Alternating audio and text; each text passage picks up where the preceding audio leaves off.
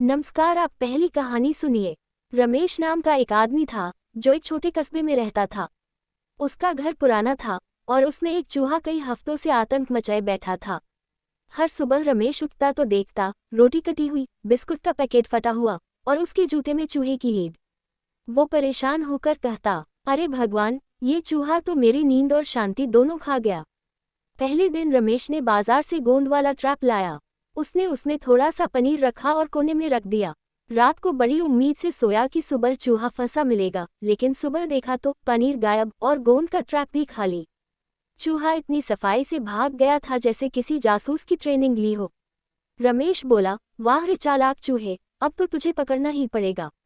दूसरे दिन रमेश ने ठान लिया कि देखना है ये चूहा आता कहाँ से है। उसने मोबाइल कैमरा सेट किया और वीडियो रिकॉर्डिंग ऑन कर दी। सुबह वीडियो देखा तो दंग रह गया। रात को ठीक 1:30 बजे चूहा अलमारी के पीछे के छेद से निकलता था, पनीर खाता और गायब हो जाता था। रमेश मुस्कुराया, अब तो तेरी पूरी लोकेशन मिल गई।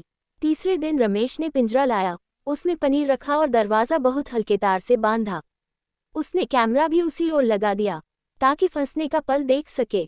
रात को फिर 1:30 बजे चूहा आया, धीरे धीरे पिंजरे में घुसा, नाक से सूंघा और जैसे ही पनीर को खींचा, ठक करके दरवाज़ा बंद हो गया। रमेश ने सुबह वीडियो देखा। वो खुश होकर हंस पड़ा और बोला, आज नहीं बचा तू छोटे। अब रमेश ने चूहे को दूर खेतों में छोड़ दिया। घर में पहली बार रात को सन्नाटा था, न कोई आवाज़, न कुछ कुतरने की ध्वनि। रमेश ने चैन की सांस ली और बोला, अगर दिमाग से काम लिया जाए तो सबसे चालाक चूहा भी फंस ही जाता है।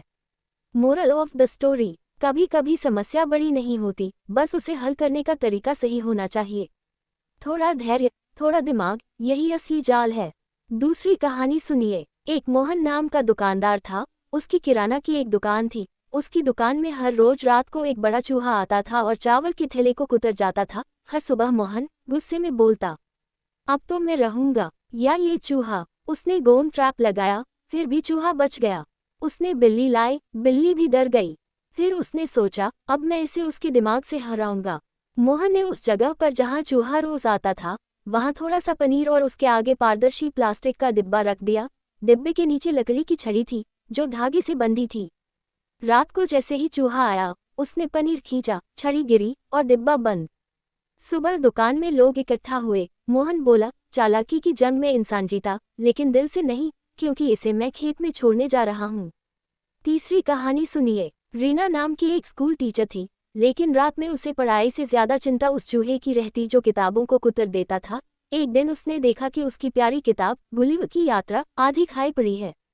अब रीना ने ठान लिया कि ये किताबखोर चूहे को पकड़ कर ही रहूंगी। उसने लैपटॉप का वेबकैम चालू किया और किताबों की शेल्फ के सामने रख दिया। रात को रिकॉर्डिंग चली। सुबह देखा तो चूहा सबसे ऊंची शेल्फ तक चढ़ता और वहीं से कूदकर नीचे आता।